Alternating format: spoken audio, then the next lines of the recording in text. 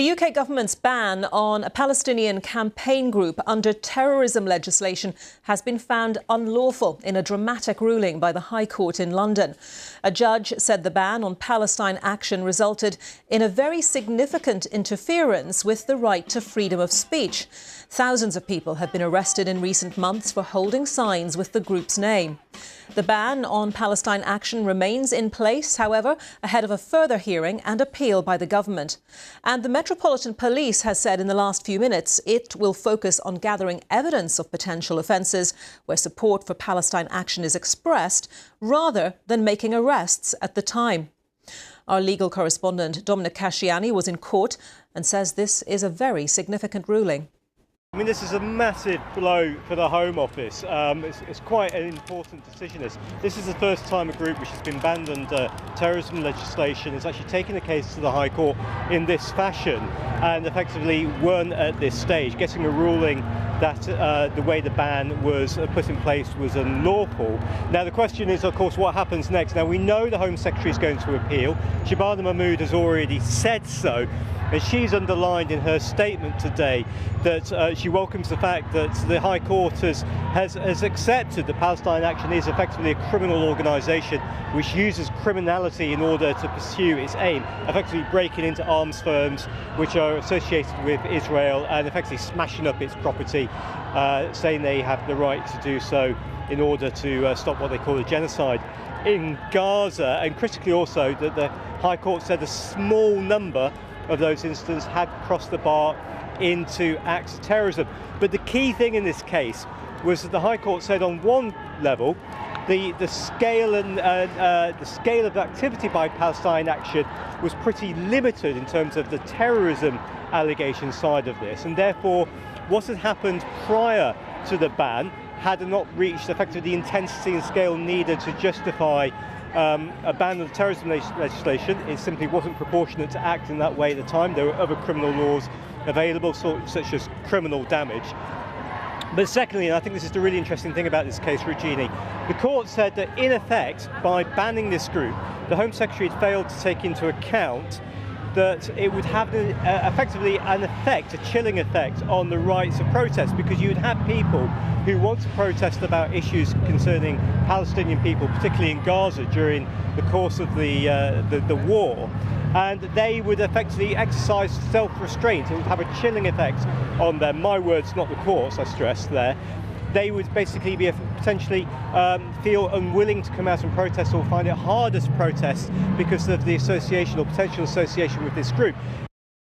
Dominic Casciani there. Well, let's speak now to Lord Walney, former government advisor on political violence, who's a critic of Palestine Action's methods. Thank you very much, Lord Walney, for joining us on the programme. Looking at what we heard from the High Court, they said that the prescription of Palestine Action was disproportionate. Do you accept that? No, I don't, and I'm glad that the Home Secretary has immediately signalled that she will appeal this verdict, because it is, of course, obviously true that that Palestine Action has used violence less frequently than other prescribed groups, although there have been a number of deeply alarming violent incidents. But where I think this judgment has overlooked is that economic damage is squarely within the definition of terrorism in this country. It is not perhaps as well understood by the public, but it is grounds on which to designate an organisation as a terrorist organisation. And I'm trying to digest and must admit I find it rather perverse, the ruling, the judgment that relates to this idea that this will have a chilling effect on freedom of speech, because I think for most people it's really quite clear that you can say what you like in terms of a cause, and you can stand up for Palestinian rights or whatever, but you're not entitled to break the law and commit criminal sabotage or violence on its behalf. I think most people understand that distinction. Is the law not nuanced enough then, in your opinion? Well, what I am I am pressing the government to do now as a result of this to accept an amendment that I've proposed to the crime and policing bill, which is currently going through the House of Lords, which would, I think, have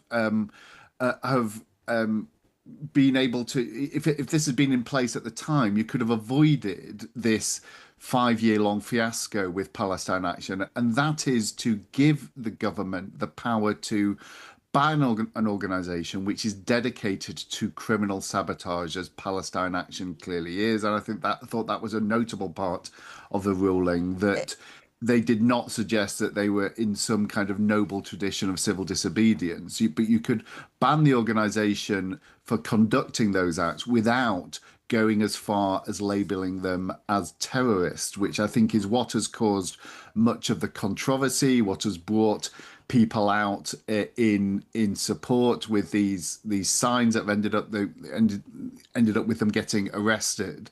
I think for most people that would seem a perfectly reasonable balance. That yes, some people, I don't take this view myself, but I understand why some people argue that they have not met the terrorist threshold. But I think because in any just let me make just finish this point. Of course. I think a big majority of people in this country would think it's not okay for an organisation to willfully, openly, proudly going about smashing stuff up in the name of whatever cause. Yeah, and whatever the cause may be, whether it's Palestine Action's cause or many other causes, obviously the public will be aware that often there are demonstrations, actions where the vast majority of people are peaceful, but elements within that organisation, that demonstration, are not being peaceful. So that's why I asked you that question about nuances within the law. I just want to get your reaction then to that Metropolitan Police statement saying it's going to focus on identifying offences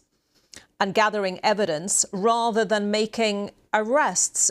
Do you understand that response? Is that pragmatic on the police's part, given their resources are stretched and given that the High Court hasn't reached yet, because there is an appeal, so it may change its mind, a settled position on this?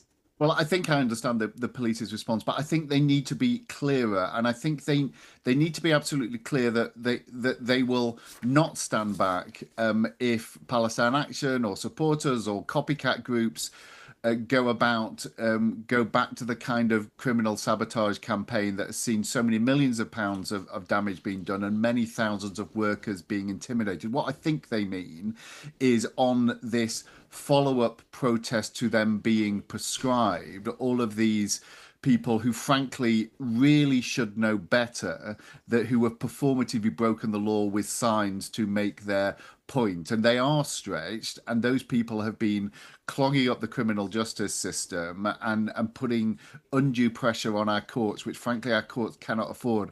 I blame them for doing that, but I do understand the police's position in wanting to take a beat to understand where this goes now, because if the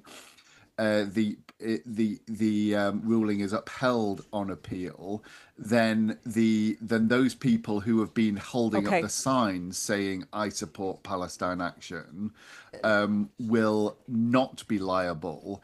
Unlike those who've been committing the criminal violence in the name of Palestine, which we have to be clear, no matter what the cause is not the way that we do things in this country. And to accept otherwise is effectively to be accepting that mob politics can rule in the name of whatever cause. And we are a better country than that. Lord Wolney, thank you very much for joining us.